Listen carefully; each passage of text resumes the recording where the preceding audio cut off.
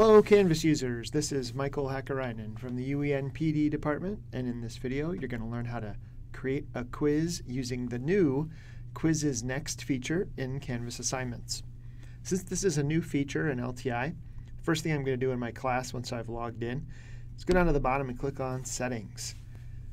From here you're going to see 5 tabs across the top. We want to go over to the feature options, and the first thing you want to make sure is that Quizzes.Next is located right down here and that it is turned on. If you see a switch like this one, click it to turn it on. And if you don't see Quizzes.Next at all, contact your Canvas administrator and have them add that feature to your course so that you can turn it on. So once you've got that, you're going to go create a new quiz in Quizzes.Next. And unlike most quizzes which are made here in the quizzes, that's where old quizzes are made, you're going to need to go to Assignments. If you have Quizzes.Next turned on, when you click on Assignments, you'll now see a new button up here that says Add Quiz/Test. Now this is not an old quiz like we did before, this is a new quiz. When I click on it, it's going to bring up what looks like a blank assignment shell. And under Details, you can put in the name of the quiz. I'm going to call this Example of Quizzes.Next. It's also been called New Quizzes and Quizzes 2, but we're calling it Quizzes.Next right now so far. You'll notice it's not published. I have the ability to change my points, which group it's going to go into in the assignments. I'll leave it in assignments for now. Display grade as, and you have all of your options there, just like in a regular assignment. But notice the submission type has already been chosen for you. External tool should be clicked, and down here it should say UEN or your instance .quiz-LTI, etc. from Instructure. So let that all just be set by itself. Go down to the bottom. I'm going to leave the assign area blank for now and just go to Save. Now as soon as I click Save, it's going to bring up a completely new screen we've never seen before in Canvas. If you're new to this Quizzes.Next, it's called the Build screen. And there's the picture of the shuttle that tells us that we're working in a quiz. We have Build, where we can put in our title and our instructions and begin adding questions using this blue button right here. There's also across the top, which we'll talk about afterwards, a Settings area. This is where I can throw switches for things like shuffling questions, having it be one question at a time, allow backtracking or not allowing backtracking, lets you go forward and back in the questions, requiring a student access code, a time limit, filtering the IP address, and how many multiple attempts you would allow. So it's very similar to what was in the old quizzes, it just has a little different interface here. What's also new is there's reports up here at the top where we can do a quiz, an item analysis, or an outcomes analysis. And then there's a moderate button, which allows us to see all the students in the class and change how many attempts they have and moderate their attempts as well. I should also point out that the word return over here on the far right is what you do when you want to save what you've been working on. And then there's the ellipsis, which allows you to go in and import content or manage the item banks. And your item banks are here, and outcomes can be aligned with this button. Now, I should point out that you cannot access the old item banks that you have as of yet. So once I have my title, Example of Quizzes.Next, I come in and add my instructions, and I get the rich text editor that allows me to put in any media, videos, links, and all of that. There's a math quill over here for any formula questions.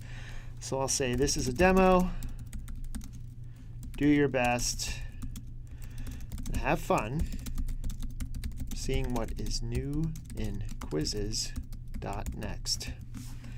And I'm done with the instructions, so I click Done. And then the blue button down here, very similar to Google Forms, is where I start adding content. When you click that, you'll see that you have 12 different types of questions and then the ability to add stimulus.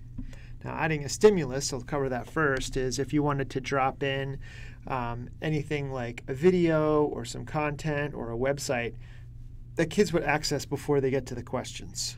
Okay, so I'm going to throw that away. That's something that's new in Quizzes.Next that you can add that you couldn't before. A little stimulus before questions.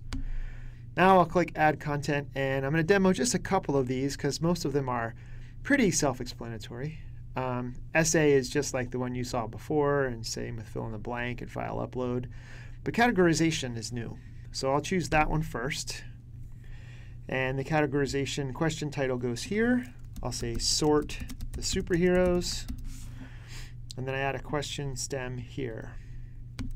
So the question stem will be, which world or universe do each of the characters below belong in? And then I can have my categories. So the first category, I'll say DC Universe. Category 2 will be Marvel Universe. And then I'll add another category. Category 3 will be Star Wars. Okay, then underneath of that, I can start typing in answers. So characters you would find in the DC universe are Superman, add another one, Batman, Wonder Woman, and the Green Lantern. Then characters you might see in the Marvel universe are Iron Man. Category 3, Star Wars. Some possible answers are Luke Skywalker. Okay, then down here I can add distractors. These would be items that aren't found in any of those universes. Captain Kirk. Okay, then if I had outcomes to align, I could grab them from here. And if there were things I want to put into an item bank, I could create an item bank here. Now this is really nice because it allows you to start organizing your questions while you're building them. So I'm going to add a new bank, and it's going to be called Pop Culture Characters. Now this question will live in that bank if I ever need it in the future. It's a nice way to organize ahead of time. And there's my question, all set up. When I want to add another question, I'll click Add. This time we're going to do a hotspot, because this is another new question feature in Quizzes.Next, which is pretty fun. You can drag and drop a picture or browse for one to add right here and then put a hotspot on it. This hotspot will be called New England. Click on the New England area of the American colonies. Now I need a picture for this, so I'll go out to the web and just do search for Colonial America map. Let's see if we find an image that doesn't necessarily say New England on it.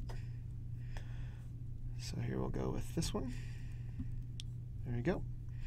So I'll right-click on it, save the image to my computer. I'll put it on the desktop so it's easy to find. Called 13 Colonies. That's perfect. Go back to my quiz, browse for that picture. There it is on the desktop. It's good to go. Now what we have to do is add the hotspot. Now, the hotspots can be added by either a square, a circle, or an oval, or a polygon. Since this isn't exactly a square right here, I will do the polygon. So I'm going to click here. There we go. And once I'm done, I click Enter. Here we go. That's my hotspot. And notice Maine is not in there because Maine wasn't a colony. It was part of Massachusetts. So I'll scroll down and say Done. OK, so when I'm ready to test it then, I'll go to Student View, click on Assignments, go to Examples of Quizzes.Next, and see what the students are going to see. First up, it tells me there's no time limit and no due date, so I say Begin. It's going to randomize the questions. The first question to come up is, click on the New England colonies. So we know that that's correct right there. So I come down to the bottom and click Next. See the next question. Here's where we have to drag the items to the appropriate universe. So I'll speed this up so you don't have to watch the whole thing. Jason Bourne was a distraction.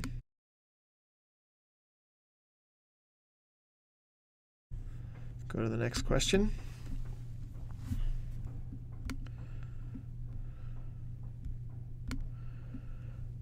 Right, these are all right. Oh.